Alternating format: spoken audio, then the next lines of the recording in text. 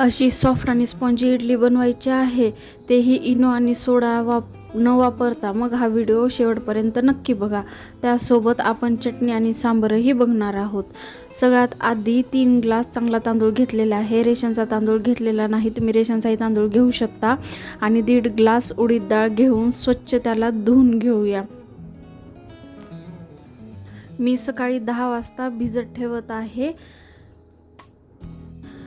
रात्रीचे 9 वाजलेले आहेत आणि आपण डाळ आणि तांदूळ हे चांगले भिजलेले आहेत. आपण ह्याला मिक्सरमध्ये काढून घेऊया आणि वाटताना रवाळ अशी वाटून घेऊयात. इडलीचं पीठ वाटताना आपण जे पाणी भिजवताना वापरलं होतं तेच वापरायचं, दुसरं वापरायचं नाही. त्याने इडली खूप कडक होते. आता बघा, आपण हे पीठ वाटलेलं आहे आणि रवाळ असं वाटून घेतलेलं आहे. हे पीठ आपण रात्रभर उबदार जागी रात्रभर किंवा 8 ते 10 तास ठेवूया. हे पीठ योग्य फुगलं तरच इडली स्पॉन्जी होते. आता सकाळी बघितल्याच्या नंतर आपलं पीठ हे चांगलं असं फुगलेलं आहे. त्यामध्ये चवीनुसार मीठ टाकून हे चांगलं एकजीव करून घेऊयात. हे पीठ कोणाचं जर जाड झालं तर त्यामध्ये गरम पाणी तुम्ही टाकू शकता. थोडंसं त्यामध्ये कन्सिस्टन्सी अशी पाहिजे, बघून घ्या. इडली पात्रामध्ये पाणी टाकून गरम होण्यासाठी ठेवूया. तोपर्यंत आपण साच्याला थोडंसं हलक्या हाताने तेल लावून त्यामध्ये पीठ भरून घेऊया. सर्व साचे भरून घेतल्याच्या नंतर आपण इडली पात्रामध्ये ठेवून द्यायचे आहेत.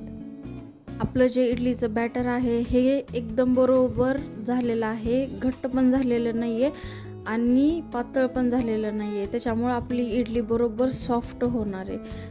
हे सर्व आपण त्या साचे पात्रामध्ये ठेवून घेऊयात आणि त्याला करेक्ट 15 मिनिट वाफेवर आपण त्याला शिजून घेऊयात. इडली होते तोपर्यंत आपण चटणी करायला घेऊ. ताजा नारळ, खारी मोहरी, जिरे, मीठ, हिरवी मिरची आणि थोडंसं पाणी घालून हे आपली चटणी वाटून घेऊयात. चटणी आपली झालेली आहे तोपर्यंत आपण सांबर बनवायला घेऊ. कुकरमध्ये मसुरीची डाळ स्वच्छ धुवून घेऊयात. स्वच्छ धुवून झाल्याच्या नंतर त्यामध्ये टमाटे, कांदा आणि पाणी घालून डाळ शिजवून घेऊयात. आणि तुम्ही तुमच्या आवडीच्या भाज्यासुद्धा घालू शकता. मी इथं भाज्या नाही घातलेल्या, फक्त टोमॅटो आणि कांदा टाकलेला आहे. आपली डाळ शिजलेली आहे आणि डाळीला थोडंसं घोटून घेऊ. आणि त्यानंतर पातेल्यामध्ये तेल टाकू. तेल टाकल्याच्या नंतर थोडीशी मोहरी टाकू आणि मोहरी चांगली कडकडली त्यानंतर कढीपत्ता आणि वाटलेला लसूण चांगलं परतू द्यायचं. चांगलं परतल्याच्या नंतर तिखट, थोडी हळद आणि लागेल असा सांबर मसाला टाकून घेऊया. थोडंसं पाणी टाकू कारण की हे मसाले करपणार नाहीत. थोडंसं पाणी टाकल्याच्या नंतर डाळ टाकून घेऊ आणि छान असं उकळी आणून घेऊ. आणि त्या अगोदर सांबरमध्ये आपण थोडंसं चवीनुसार मीठ टाकूयात.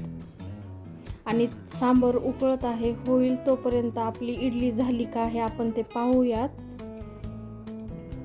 ही बघा, आपली इडली तयार झाली आहे. इनो नाही, सोडा नाही, तरीही इडल्या अगदी परफेक्ट झालेल्या आहेत. आपली इडली अगदी स्पॉन्जी आणि सॉफ्ट अशी झालेली आहे. तुम्ही बघू शकता. गरमागरम इडली, सांबार आणि झणझणीत चटणी असा नाश्ता मिळाला तर दिवसच छान सुरू होतो. हा व्हिडिओ तुम्हाला आवडला तर लाईक करा, कमेंट करा की तुम्ही इनो सोडा शिवाय इडली बनवली आहे का हे पण सांगा.